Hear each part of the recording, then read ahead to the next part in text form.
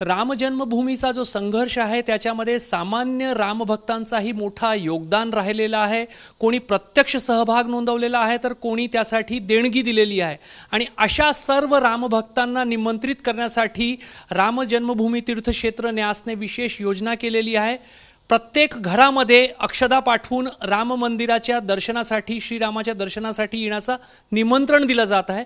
महाराष्ट्रामध्ये आता हा आकडा जो आहे तो 1 कोटीच्या पार गेलाय। आपल्या सोबत गोविंद शेंडे आहेत। गोविंदजी, सुरुवातीला हा आकडा 95 लाखच्या जवळपास राहील असं वाटत होता, मात्र जेव्हा प्रत्यक्ष निमंत्रण देण्याची प्रक्रिया सुरू झालेली आहे हा आकडा वाढत चाललाय सातत्याने।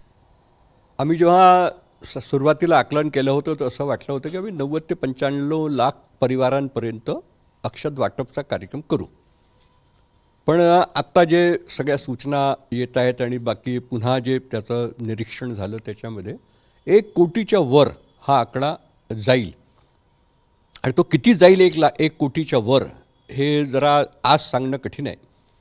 कारण की कार्यकर्त्यांचा उत्साह, समाजाचा उत्साह, समाजातले अनेक लोक, सामाजिक संघटनेचे लोक, वैयक्तिक लोक, काही गणपती उत्सव, दुर्गा उत्सव असे अनेक लोक स्वतःहून आमच्याकडे येत आहेत की बा आमच्या क्षेत्रामध्ये अक्षद वाटपचं काम आम्ही करतो, आम्हाला तुम्ही अक्षदा द्या, पत्रक द्या, आणि ते आमच्याकडून घेऊन जात आहेत आणि त्यांच्यासोबत आपला एखादा कार्यकर्ता पण राहतो आणि ते असं वाटपचा जे कार्यक्रम वाढत आहे, ही संख्या जी वाढत आहे ती 1 कोटीच्या वर तर कल्पना गेलीच आहे, पण किती जाईल हे आज सांगणं जरा कठीण आहे। पण खूप जास्त उत्साह आहे लोकांचा, माझ्या घरी अक्षद आली पाहिजे याची आतुरता आहे लोकांमध्ये।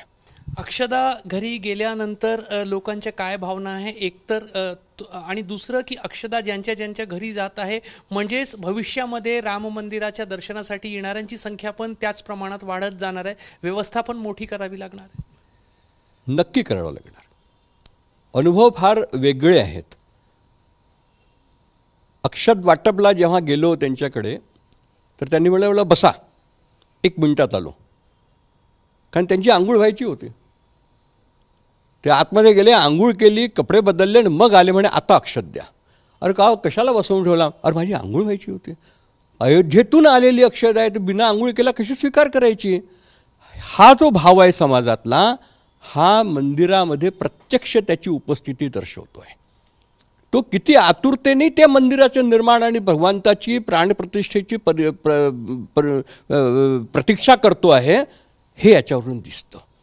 एका घरामध्ये गेलो तर त्या ताईला म्हटलं की हे अक्षद आहे, तर त्या थांबत आतमध्ये गेली, प्लेट घेऊन आली ती तांब्याची आणि याच्यामध्ये ठेवा।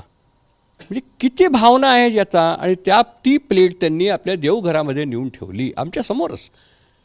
तर हा जो भाव आहे समाजामध्ये, हा राममय, सबके राम सब में राम जे आम्ही म्हणतो हे आहे। तर महाराष्ट्रामध्ये सर्वसामान्यांना निमंत्रित केलं जात आहे आणि सध्या तो आकडा 1 कोटीच्या वर गेल्याची माहिती विश्व हिंदू परिषदेच्या कडून देण्यात येत आहे। कॅमेरामॅन अतुल हिडेसह रजत वशिष्ठ, एबीपी माझा, नागपूर। एबीपी माझा, उघडा डोळे बघा नीट।